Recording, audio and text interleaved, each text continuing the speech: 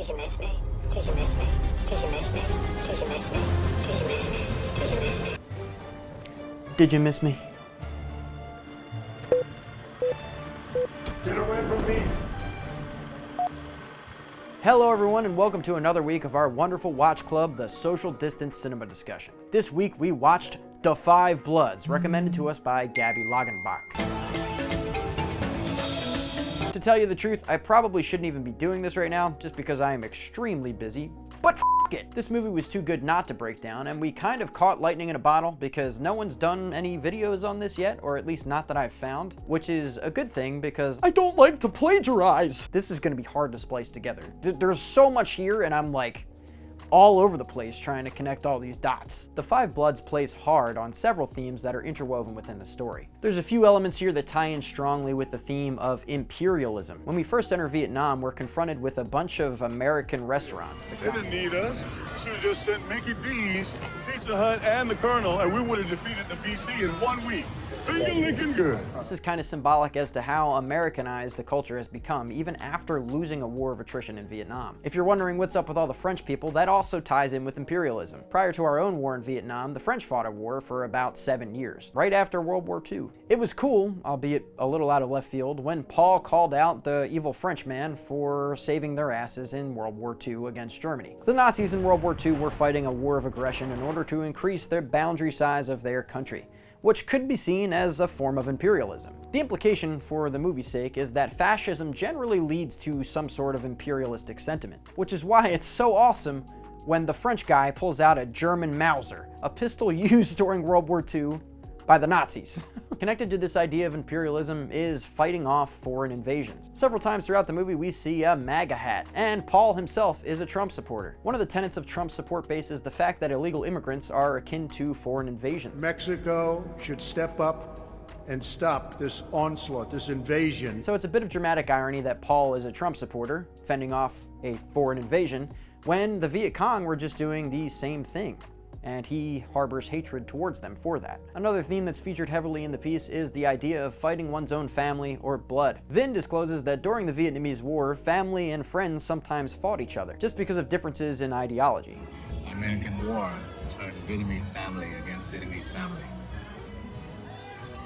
Tying in with this, Paul and David seem to have a lot going on in their relationship and fight pretty frequently. Feel free to jump in the comments section, but I thought it was pretty hilarious just how they introduced David. He looks like a kid.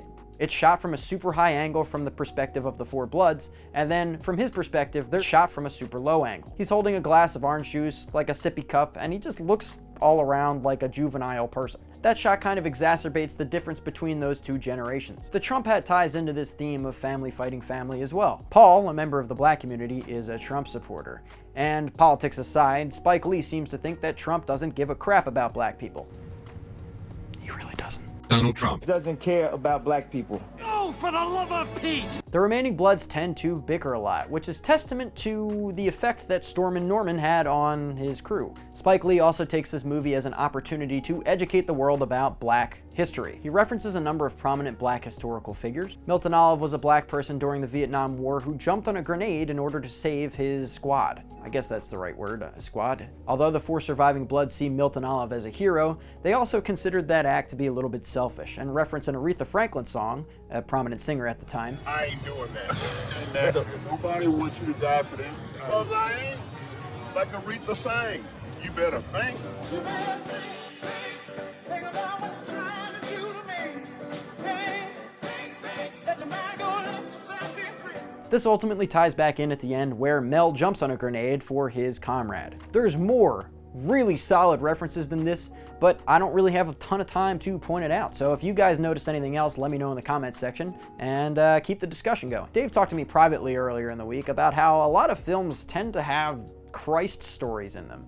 This ties in with the whole idea that stories and filmmaking are just retellings of myths and religion from the past. So, I got another one for you. Paul, the crazy guy with PTSD from this movie, can be compared to the story of Paul the Apostle's conversion to Christianity. After Jesus died, Paul made his way from Jerusalem to Damascus. On his way there, he was confronted by a blinding holy light and Jesus himself confirming that he was in fact the Messiah. I promise I'm not religious. So if I'm wrong about anything, put it in the comments below, and I'm just gonna keep going forward because there's more. This draws incredible parallels with Paul's journey through the Vietnamese wilds. Blind, crazy, and speaking directly to the camera, which is an awesome choice by Spike Lee, like he's speaking directly to us, the Americans. He is confronted by a holy light and an image of Stormin' Norman. Stormin' Norman tells him he died for them, and he forgives him.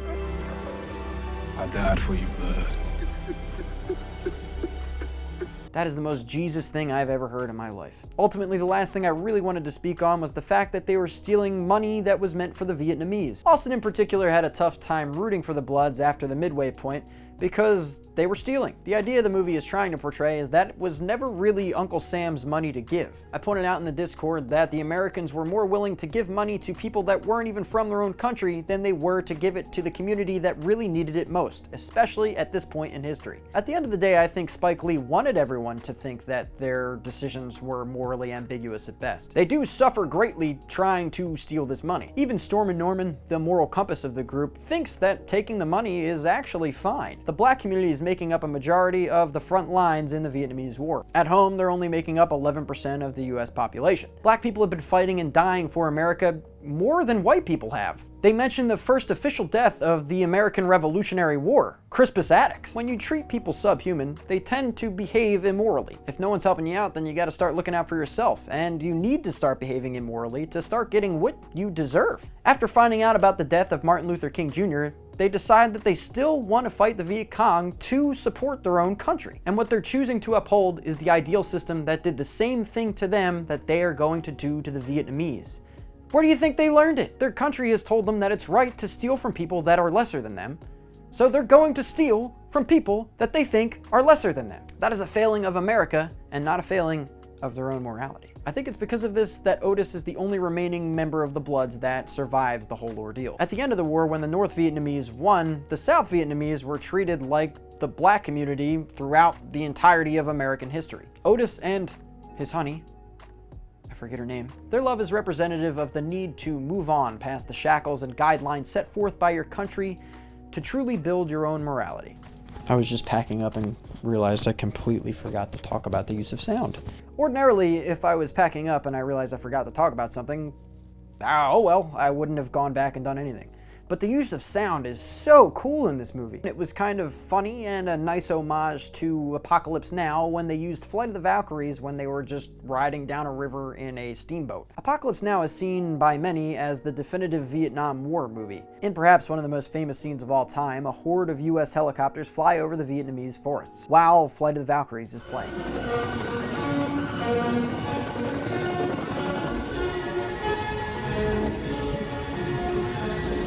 Is Spike Lee trying to say that this is the definitive black Vietnamese war movie? Not like there's many other contenders. F***ing Hollywood. And the cicadas from the scene where the thing happens. It was an interesting choice by Spike Lee to use something natural like cicadas to build tension for a given scene. Sometimes filmmakers will use music to build that tension, and Spike Lee even uses music in this movie to hit other emotional beats. A lot of times when filmmakers decide to use natural sound, it's because they're trying to keep a feel for the movie. So it's interesting that Spike Lee decided to use music and natural sound here. There wasn't a lot in the way of tension going on in the scene. I mean, the Bloods were bickering, but they've been doing that the whole movie. So if you were to use music to build up this scene, it probably would have spoiled that something was going to happen. The cicadas were a nice touch because it adds to the ambience of the film while also accomplishing that subconscious goal of putting you on edge. All right, that's I guess what I got.